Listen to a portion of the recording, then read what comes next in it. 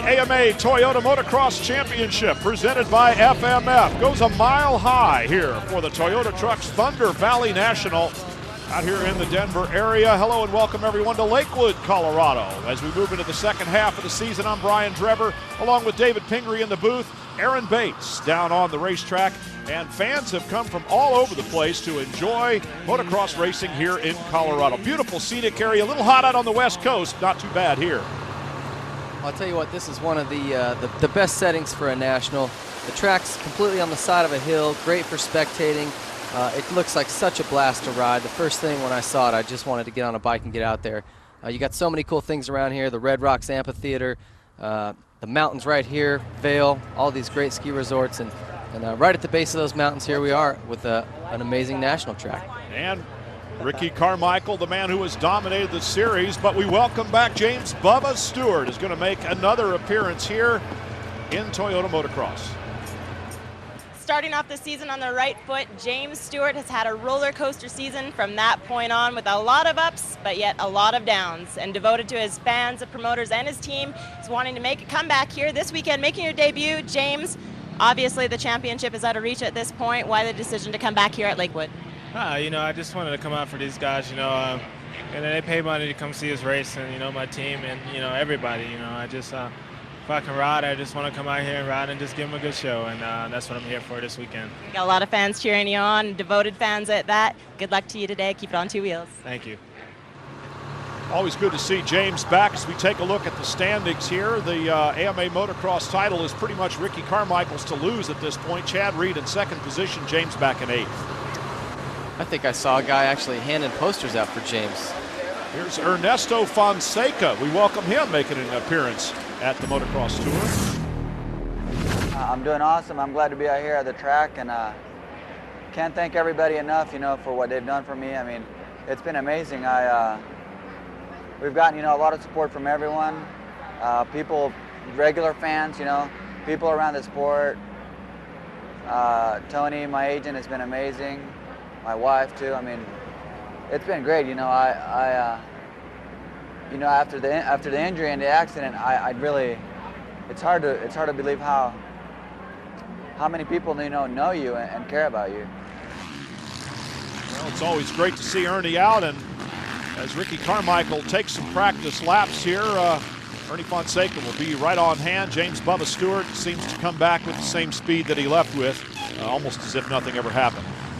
Well, you don't lose that skill just by taking a couple weeks off, but he is going to lose a little bit of that polish. Maybe be a little rusty, a couple mistakes. The fitness is tough to maintain when you're not riding and training on a regular basis. So it'll be interesting to see what he's got today. Again, he came back and won a moto at Southwick after being smashed into the ground a week earlier. So this kid can do amazing things, that's for sure. Carmichael fastest in practice, but Mike Brown is here. No, I'm just having problems on my bike, just different things every week, breaking the way I ride, and, I'd rather be out finishing races than tearing stuff up. Every week it's been something, and I haven't finished the last, 4 races, and, I think the best thing is to get on the 450. So we welcome Mike Brown to that 450, and how's he going to do? Well, he should do great. He's a great rider, and the 450 will suit him just fine. But I wonder how Chad Reed's going to do after that knee injury that he had at Unadilla. Well, Chad is second in the points championship and always willing to fight the good fight. I went for an MRI this week, and I told my MCL. So it's life. There's nothing really I can do. They don't do surgery on it these days. So basically suck it up. Just kind of like my shoulder injury, and just try to keep it on the pegs. Well, it's tough when a track gets rutted and you've got bad knees. I've had mine twisted around backwards more than once, and you've really got to watch your toes. If they start pointing out and you come into a rut, they'll tear your foot right off and twist your knee. How about the track here at Denver? They've done a lot of work to ThunderValley Motocross Park to get it ready for an AMA National. David Claybaugh and his crew working hard. Now, they brought in so much sand and soil and mixed it up. They got Mark Barnett building the track, and he obviously knows what he's doing. He's been doing it a long time, and one of the best at it. So this track is amazing. It's ready to go. Here's our starting lineup as we take a look at all the names, and we've seen some of the faces who will head out on to the ThunderValley track when the gate drops. Any thoughts about this Denver round as we move to the second half of the season? A lot of people didn't think this track was ready for a national a couple years ago, but with the effort they've put in now, it's one of the best on the series. Gate drops, and no Ricky Carmichael, no evidence of James Stewart either. Davey Millsaps, who's been on the podium virtually every time here in his debut season on the big bikes, gets it. So the number 118 is out in front, and both Carmichael and Stewart buried kind of mid-pack. What a great start by Millsaps. Chad Reed in second. I think that's 3 hole shots in a row for Millsaps, so he's done something different with his starts. He was never known as a quick starter, but he's got them figured out now. So Millsaps out in front right now, and instead it is the number 26, Michael Byrne, not Reed, Byrne on the number 26 machine in second position. He loses the spot, and diving through on the inside, we've got a new second place rider. That's Kevin Windham in second. Looks like he's going moose hunting or something with that bright orange gear. Well, you won't have any trouble picking him out as the number 26 Byrne slides back into third position. Carmichael, there he is, about 6th, maybe 7th. James Bubba Stewart not too far behind him. He's got about 3 riders between himself and Stewart, so I imagine these two would work their way to the front, and we'll see how James is looking and feeling here after his little break and his couple of crashes. Carmichael runs past the number 442 Justin Mace. David Millsaps, Davies out in front right now, and it is Kevin Windham. K-Dub gets a good start. So a rider who has been getting good starts continues to do so. Kevin Windham, talking about his starts being not that good, has found a way to get out of there in a hurry. And they said they made some changes to the gearing on their bike that made all the difference for him. And it was a pretty drastic change, 4 or 5 teeth on the rear sprocket. So just changed maybe how the bike was pulling right out of the gate or when he had to shift. And whatever the change was they made, it's definitely working for him. Travis Preston also running among the leaders. Here comes Ricky Carmichael. He's already earned a few spots here in the opening lap at Thunder Valley. So Ricky Carmichael headed towards the front after not the best of starts. Word is that he might have bumped the gate just a little bit as he tried to take off. Yeah, I think he may have just flinched a little, then hit the brakes, and then, you know, when that happens, inevitably, as soon as you grab the brakes, then the gate drops. So you've got to be real patient waiting for that thing to fall. And Ricky's usually the man at doing that, but I guess you can't win them all. Can't be perfect all the time. So Ricky Carmichael heading towards the front right now, picking off riders one at a time as he heads in that direction. He's working on the number 15, Timmy Ferry, right now on the Honda CRF 450. And Ferry, perhaps inevitably, is going to lose that number 5 position. Carmichael is flying. No signs of James Stewart just yet. Carmichael around the number 15 of Ferry, so now he's into 5th position. And this early in the race, it's not as far forward to each rider. Well, this track definitely favors a guy like Ricky Carmichael. It's, first of all, you're at elevations over 5,000 feet. And when you're coming off an entire season of Supercross racing, you're already halfway through the Nationals, what becomes really critical is recovery. Every week after the races, guys are flying home, spending time on airplanes. You're dehydrated. It's really hard to recover and be ready for the next round. You come here, this track is at elevation. It's very hard to breathe. Your body's already beat up from the whole season. This is one of the roughest tracks on the circuit, so very, very physically demanding. Carmichael working on Travis Preston for 4th position right now. Talk about what altitude does to the machines. Problems with overheating, perhaps even fuel boil and stuff like that. I mean, so the mechanics have to make adjustments just as the riders do. Yeah, it's also I would say the toughest race of the year mechanically. The bikes definitely have an issue with the fuel boiling. Wow, Carmichael passed 2 riders up into 3rd position as he takes Michael Byrne and the number 11 Travis Preston. So he's up onto the podium here real early in the race. And yeah, the bikes are a little slower at altitude, and the riders too. That's right. When you can't get as much air into the bike, you also can't feed it as much fuel. Guys are having to lean their bikes way out for this round, and the bikes are noticeably slower up here. Davey Millsap still holding on to the front position, the 18-year-old on that factory Honda with a great start. Only Kevin Windham for company on another Honda, but here comes Ricky Carmichael. He's made short work of 4 or 5 riders in front of him off the start, and now he's heading towards the leaders, but there's a ways to go. We'll be right back with more here from Thunder Valley. Take a look at our Toyota leaderboard. It is Stewart back at 6th. James Bubba Stewart a little bit further back. He's trying to work his way up through the field as well. He's following Ricky to the front, though. He seems to have Ricky's pace. He's right there.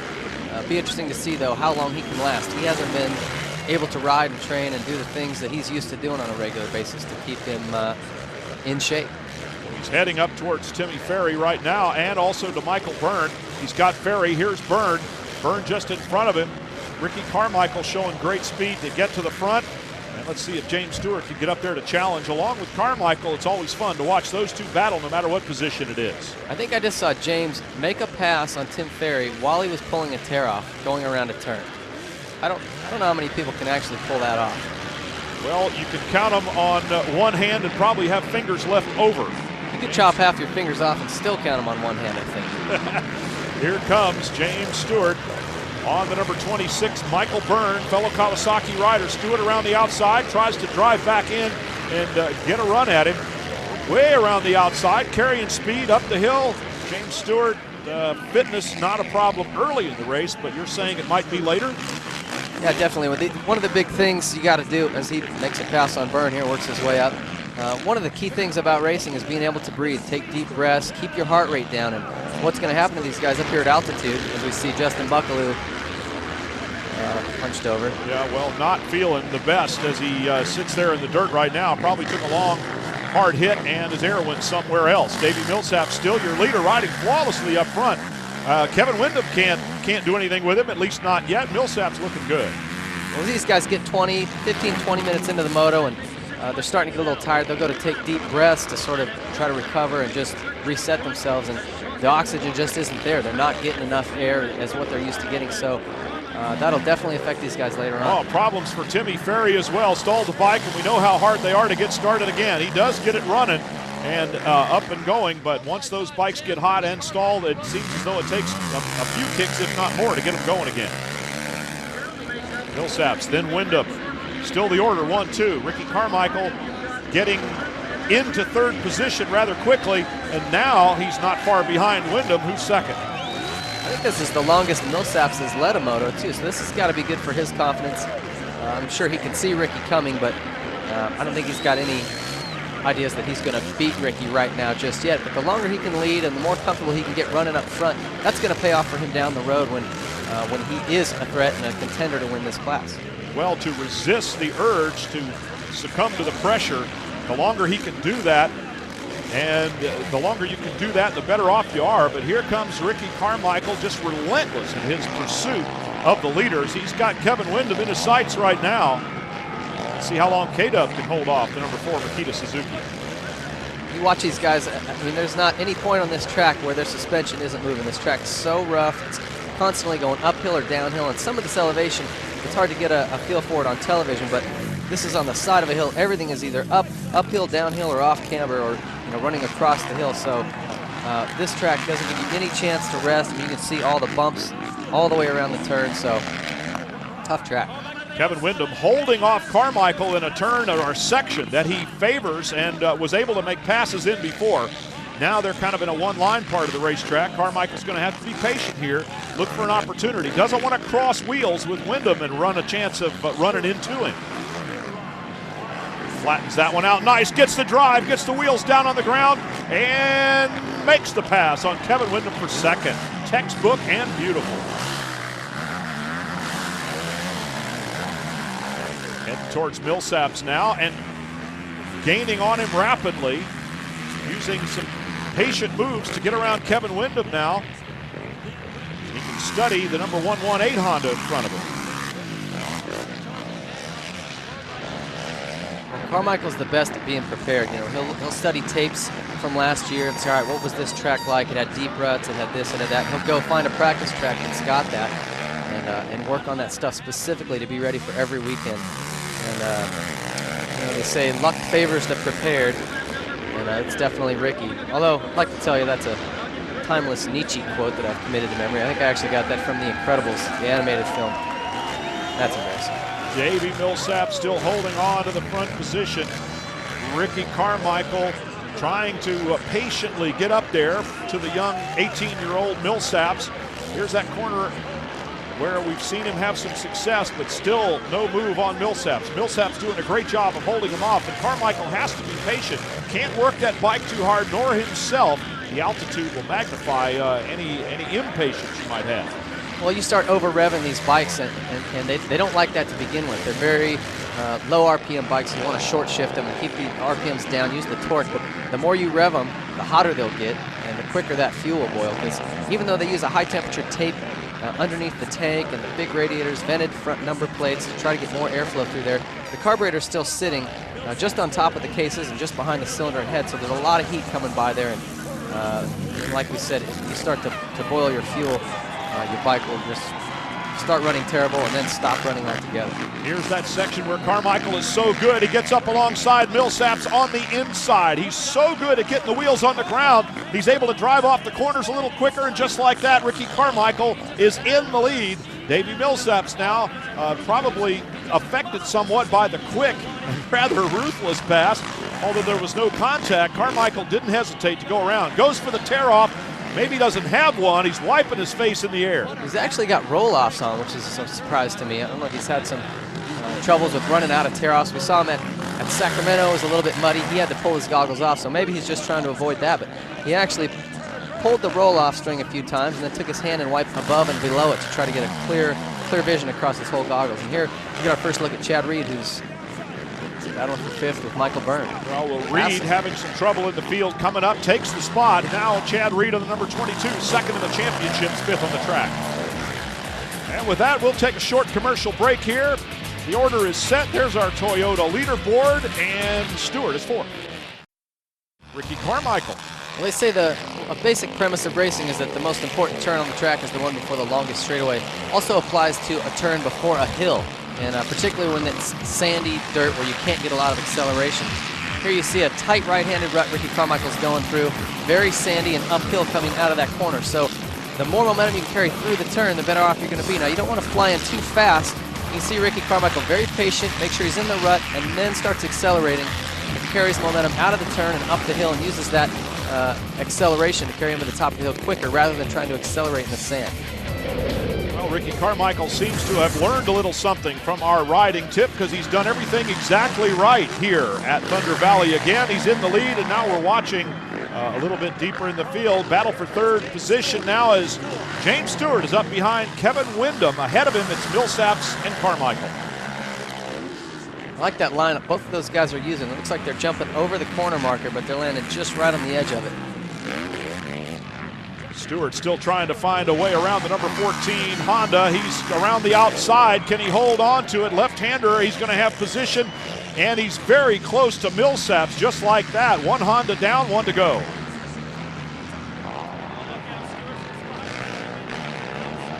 Stewart rolling already, maybe taking a little bit of time. Bad start, didn't get as quickly to the front as did Carmichael, but he certainly headed in the same direction. Stewart behind Millsaps, second place at issue here.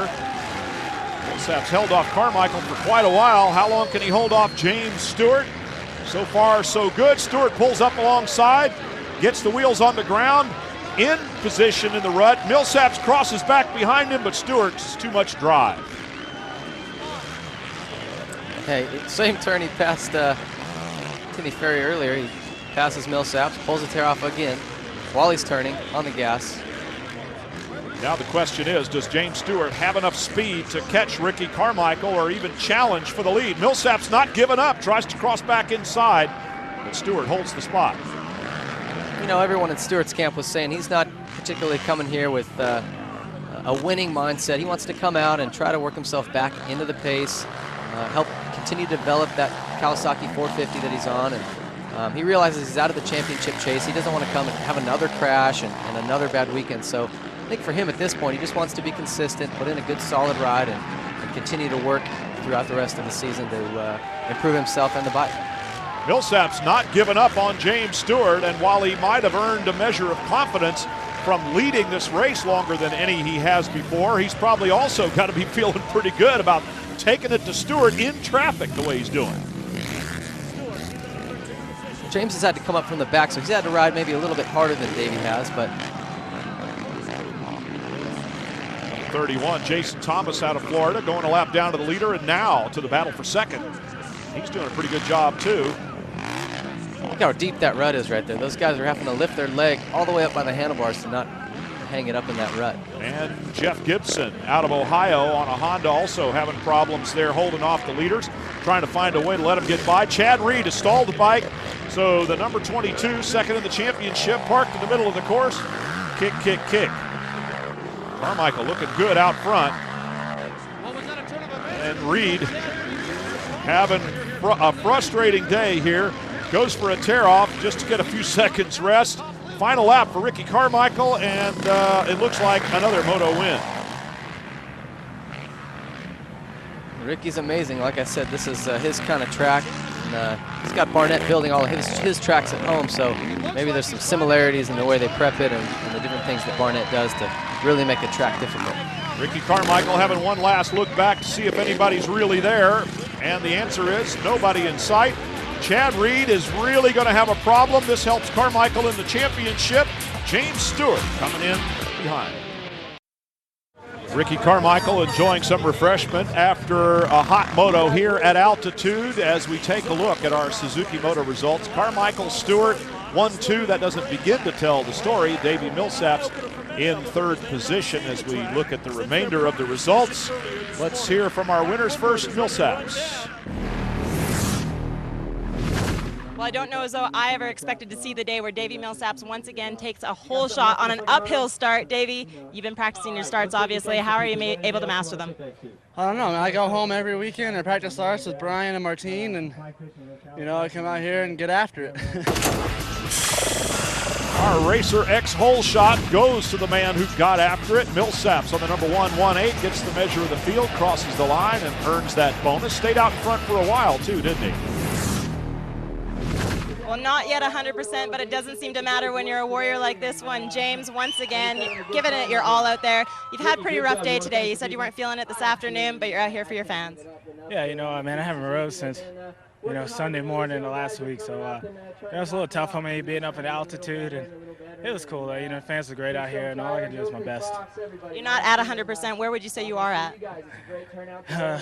Not 100%. I'll just leave it at that. His body's taking a beating this season, James Stewart. Well, he took the win here last year and looking to do it again this year. Ricky, off to a bit of a rough start there. Looked like it took you a couple of laps to get your rhythm down. Yeah, you know what happened is some guy hit the gate, and then the gate flinched. And I went, and then I grabbed my brakes, and then it dropped. And I was bummed. I think I had a good start. We really worked hard to focus on that because this track with the elevation, they're kind of slow. So, you know what? We just got to get up and do it again the next time, you know? Well, as we watch the Colorado River, we want to remind you that nobody does more to protect your right to ride than the American Motorcyclist Association. Every racer on the track's an AMA member, so how about you? Call 1-800-AMA-JOIN or visit AMADirectLink.com. The AMA, rights, riding, and racing. And with that, we'll go to highlights of our Hitachi women's motocross as the riders prepare for the starting gate. Catherine Prum from New Zealand dominated the opening round, but then had to sit out with some injury as we take a look at some of the women and the start of this race. Women's motocross returning here to Thunder Valley. Now, big spill off the start there towards the back of the field. The riders jumping up to get their bikes. No, jumping up to ask if each other are okay. Now, what is that? Come on, ladies. This is motocross here. You can't hug each other. Tara Geiger from Puerto Rico out in front right now with the number 1 points leader and defending champion Jessica Patterson in hot pursuit. And as they negotiate this tough Thunder Valley course, we know that there goes Patterson trying to make a pass. And not quite on the number 68, Tara Geiger. So Tara actually was almost a professional surfer. Hung out with a bunch of surfing buddies in Puerto Rico before she got into motocross and nearly went that direction with her life, but clearly can ride a motorcycle fairly well. So some more good action here, and hidden by the trees. We got a little bit of a spill on the racetrack there, and as she picks her bike up, it is the number 1 Jessica Patterson allowing Prum to go off unchallenged for the lead. And Prum won the first 3 motos of this series. before having an injury, having to sit out a little bit, spend some time in a cast, and allow Patterson to take over the points lead, but she got another moto win today. Moto number 2 heads out onto the racetrack, and problems for the number 105, Tanya Satchwell, local Colorado rider with a lot of fans on hand. And Leah Cantrell leading with Alicia Nix on the number 2 bike, but Patterson taking over the lead, and once Jessica Patterson gets out front, she's tough to catch, tough to pass. Prum with Alicia Nix going after each other here. Prum not having a success in moto number 2 that she did in moto number 1. Jessica Patterson wins the second race, and Prum finishes second to take the overall here at Thunder Valley. I spent 3 weeks in cast after Hangtown and broke 2 bones in my hand, and I've never ridden at this altitude before. New Zealand doesn't get much more than 600 foot above sea level, so this is a big shock to me. In the first moto I felt like I was going to be sick every lap, but just kept pushing hard and trying to get the win. Well, one of our great Western Bison taking a look at things here as we get ready for race 2 coming up. Enjoying it. Let's go first, though, to Aaron Bates for a report.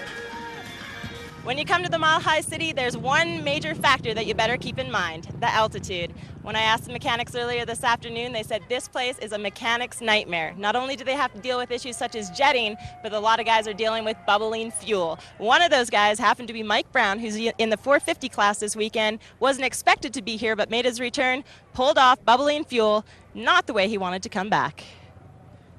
Well, that is a huge issue, and a lot of these teams will come up here and actually spend some time testing to get ready, but I caught up with a Honda technician and asked him exactly what the boiling fuel situation was all about, what causes it. It's not particularly that hot here. It's low 90s. There's hotter nationals than that, but they said the elevation is what does it. It actually lowers the air pressure the higher you get in altitude, and anything over 5,000 feet really starts to affect it. That lowers the boiling temperature of the fuel, and particularly many of these exotic fuels that these race teams are running that might make more power, but they have a lower boiling point. So that's what happens. These they just get warm, and with the elevation lets them boil real quick, and as it's squirted into the motor, it comes in there bubbling and clumpy, and the bike will sputter and pop and eventually quit if it gets hot enough. No problems for Davey Millsaps, who bubbles right to the front, but this time he's got Ricky Carmichael for company immediately. Not sure if he got the whole shot, but Millsaps, sure enough, getting out in front. The 717 is Kyle Mace. We saw him briefly in the first race, so he seems to have the start dialed here at Mile High Thunder Valley. Another issue with that fuel is when the bike does start to run bad, particularly at the end of the moto, it's very easy to stall it. It's very easy for that bike to quit, and once it does stall, nearly impossible to restart. A lot of these teams stick in their gas cans in coolers full of ice before the races, trying to get the fuel as cool as possible before the races start. And obviously, like we talked about earlier with the tape under the tank and vented front number plates, anything they can do to keep that fuel temperature as low as possible when they go to the start line. Well, no problems for Ricky Carmichael here in race number 2, but James Bubba Stewart back in 10th position, making up spots, but he certainly did not get the kind of start. He's with Mike Brown now on the number 3 machine, who did have some problems with fuel boil.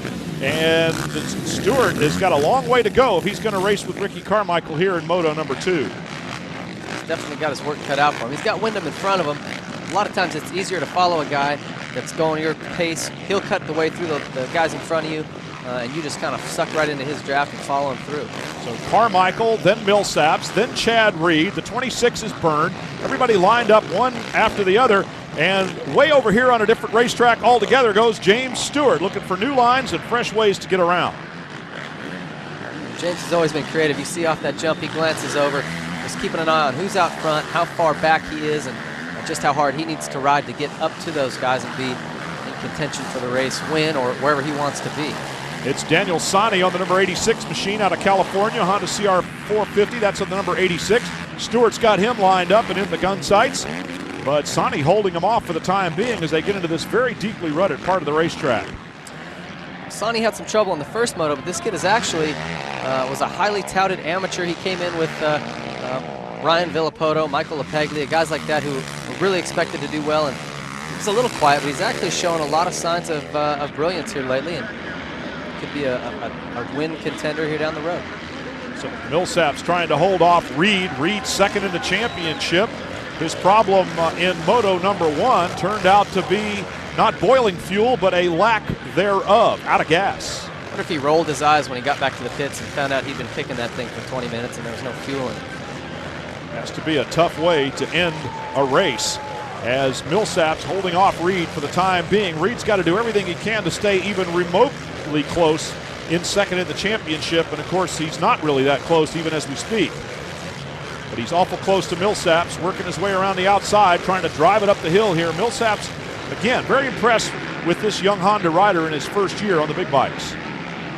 I'll tell you what else is frustrating is running an entire moto only to DNF with a lap or 2 to go. Reed's used all that energy racing all moto long and made no points. Well, it's going to be tough. It certainly gives him a hit in the championship, but Carmichael seems to be able to dominate no matter what happens to his opposition. He's out front again, did it early, and this time a much better start than the first time around. James Stewart still rolling towards the front, coming up behind the number 11 Travis Preston right now for position. That would be 7th, just in front of him. Usually we see James cut through the pack a little quicker than this. I mean, I think he's, like he said, he's still not 100%. He's going to work himself back into that. But normally, he gets a start like this, he's up into first or second within a lap or 2. So taking his time a little bit, which I think is smart. He's had a couple of really hard crashes the last month or 2, and there's no need to force the issue at this point. So right now, James Stewart working on Kevin Windham, who had a much better first moto than he is right now. Windham with a good start the first time around and not so good here. But James Stewart working his way carefully up to each and every rider before he finds a way around. Stewart looking for some traction out there in the dry stuff. Managed to lose quite a bit of drive that time. Still recovers nicely and goes inside on Kevin Windham. Does he pick up the spot? Yes, he does. Now he's looking for more at the number 11 of Travis Preston. He crossed over right in front of Windham there. Windham just about clipped his rear wheel and went down. So it is the number 11 of Preston and the number 26 Kawasaki of Michael Byrne in front of him. And James Stewart making up spots in a hurry here, but still trying to be patient in doing so. Doesn't want to tip over again. This is the time of the year also where all the gear companies coming out with their new clothing lines. James obviously running the new Fox stuff. Kevin running some of that new orange No Fear gear. So it's kind of like a whole new round of the series here in Colorado.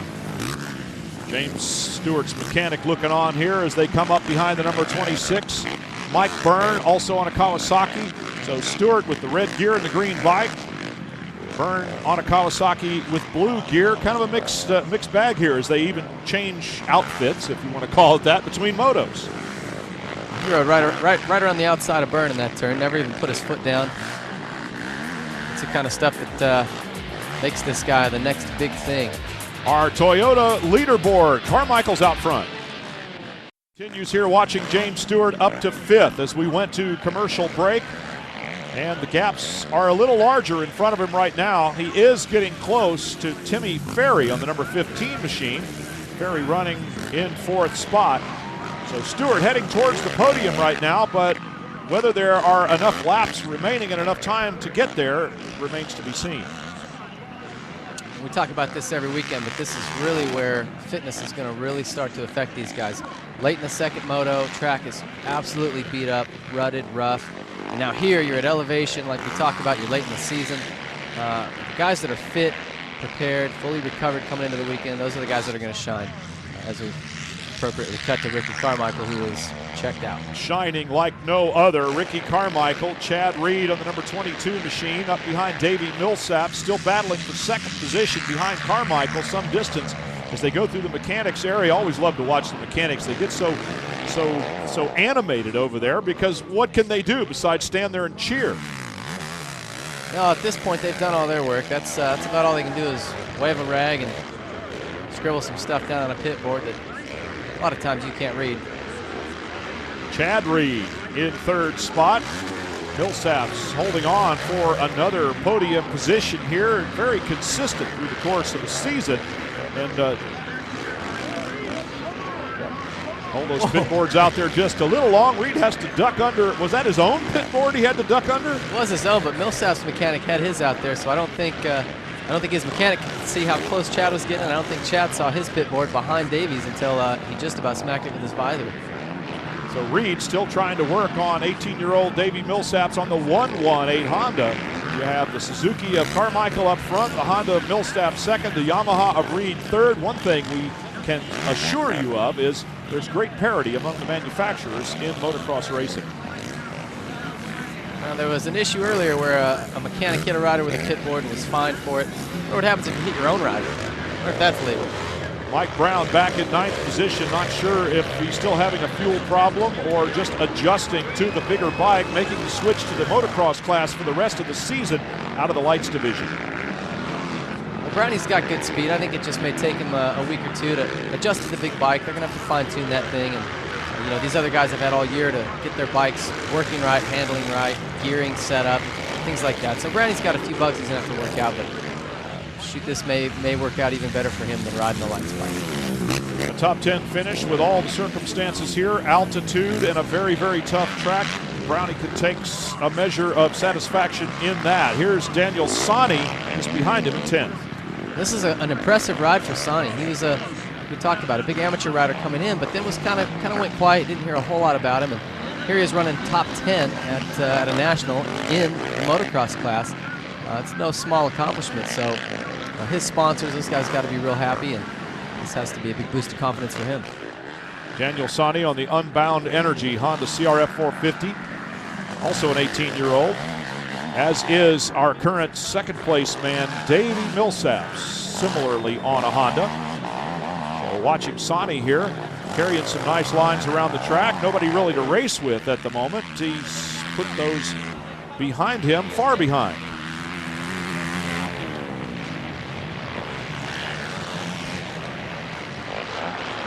As a young kid like this, usually you're in the lights class, so for him to jump up and just be running with these, the biggest stars in the sport, that'd be a little intimidating. He seems like it's not bothering him at all.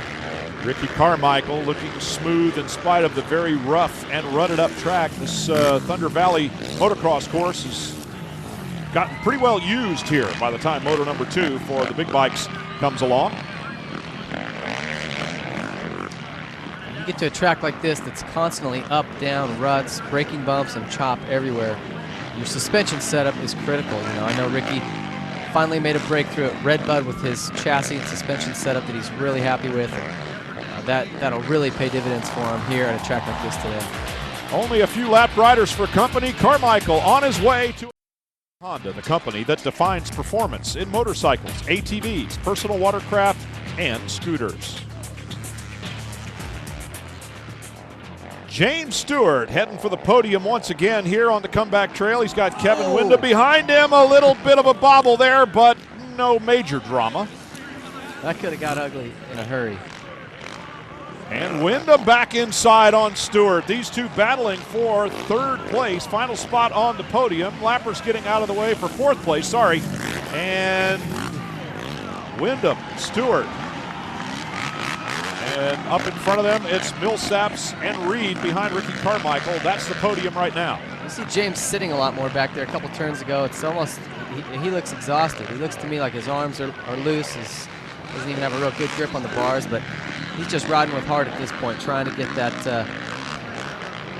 yeah, I mean, you can see him, he's shot. So he's just trying to hang on at this point. James Stewart in front of Kevin Wyndham now, and it could be that he's made a pass that'll stick. No, Wyndham comes by again. So Kevin Wyndham lighting the crowd up here, racing with James Stewart.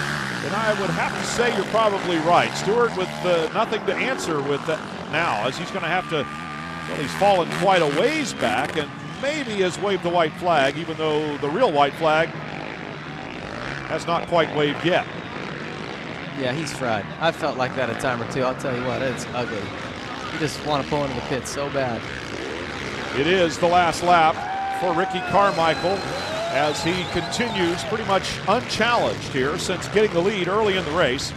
So Carmichael with lots of clear track in front of him and polite lappers to get out of the way can just ride this one home, take yet another overall, and that's exactly what he's going to do. winner of the first moto, winner of moto number 2, taking the overall championship here at Thunder Valley.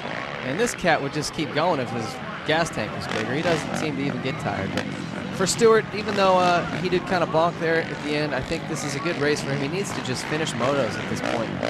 You know, sort of work his way back into racing for the lead rather than coming out and trying to get up there and run Ricky's pace the entire moto. That hasn't worked out for him so well here at some of these rounds. So I think it's still a good ride for Stewart. And with all due respect to Hanna, to Johnson, to Stanton, and even to McGrath, yeah, greatest of all time, GOAT, hard to argue against Ricky Carmichael, isn't it? Sure is. This guy's broken just about every record, won everything there is to win. Got nothing to prove. He's still out there just killing it.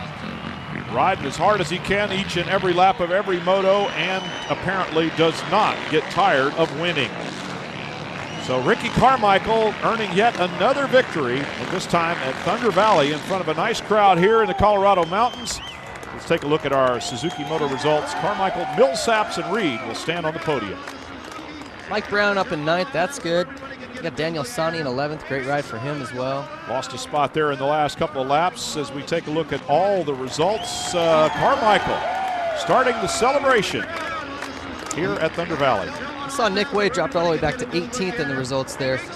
He also had some problems with fitness. He just looked like he hit a wall and went backwards.